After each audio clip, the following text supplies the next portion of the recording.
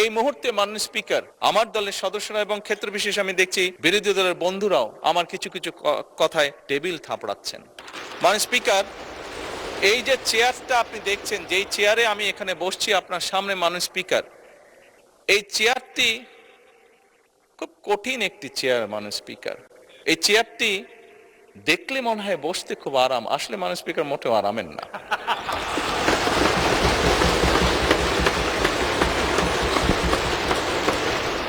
এই চেয়ারটিতে বসলে মাননীয় স্পিকার প্রতি মুহূর্তে মনে হয় যে আগুনে তপ্ত হিট আসছে মাননীয় স্পিকার। হাসার কিছু নেই, আমি যা ফিল করি আমি আপনাদেরকে তাই বলছি,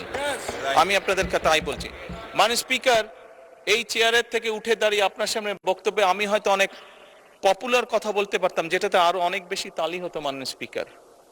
কিন্তু এই চেয়ার আমাকে বলে যে আমি সবসময় পপুলার কথা বলতে পারি না, আমাকে সেটাই বলতে হবে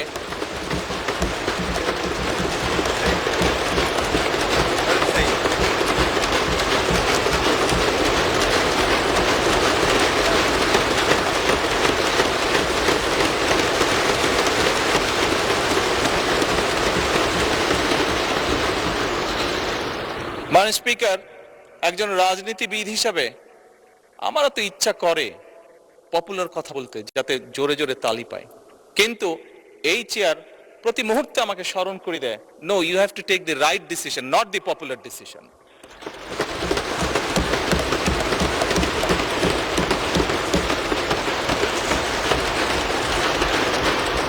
মাননীয় স্পিকার, আপনার মাধ্যমে আজকে এই সংসদের এই সবুজ চেয়ারে যারা বসে আছেন, আমি মনে করি আজকে বোধহয় আমাদেরকে সিদ্ধান্ত নিতে হবে যে আসুন আমরা পপুলার ডিসিশনে আলাপ করব না, আমরা আলাপ করব সঠিক ডিসিশনের ব্যাপারে, রাইট ডিসিশনের ব্যাপারে। মাননীয় স্পিকার, আজকে এই সংসদ অধিবেশনের শেষ দিন, আজকে অধিবেশন শেষ হয়ে যাবে।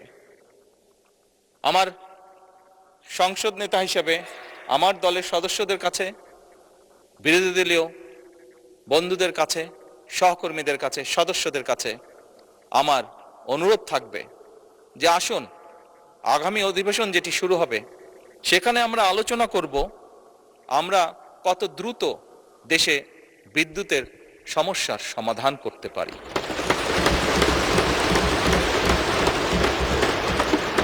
মাননীয় স্পিকার, আমরা আলাপ করতে চাই, আমি আলাপ করতে চাই আগামী সংসদে কত দ্রুত আমরা কত বেশি সংখ্যক মানুষের কর্মসংস্থান দেশেই হোক বিদেশি হোক তৈরি করতে পারি।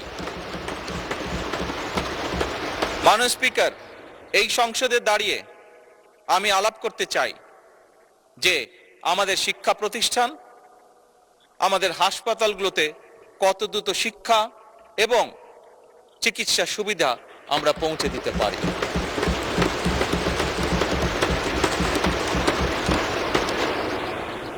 মাননীয় স্পিকার, দিনের কার্যবিধিতে আপনি যখন শুরু করেন বিভিন্ন সময় বিভিন্ন সংসদ সদস্য বলে ওঠেন তার এলাকায় রাস্তা লাগবে, তার এলাকায় ব্রিজ লাগবে, কারো এলাকায় কালভার্ট লাগবে, স্বয়ং বিরোধী দলীয় নেতা ওনার এলাকার সমস্যার কথা বলেছেন।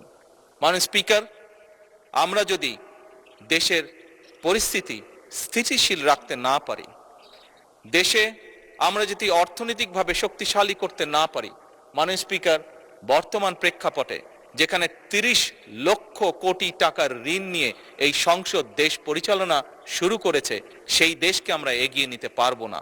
আমরা যদি একটি স্টেবল গভর্নমেন্ট রাখি, আমরা যদি একটি স্টেবল পার্লামেন্ট এনশিওর করতে না পারি, মাননীয় স্পিকার, আমরা কোনোভাবেই এই দেশকে সামনে নিয়ে যেতে পারবো না। মাননীয় স্পিকার, এই দেশকে যদি সামনে নিতে হয় তাহলে অবশ্যই আমাদের উভয় পক্ষকে একসাথে কাজ করতে হবে। হ্যাঁ,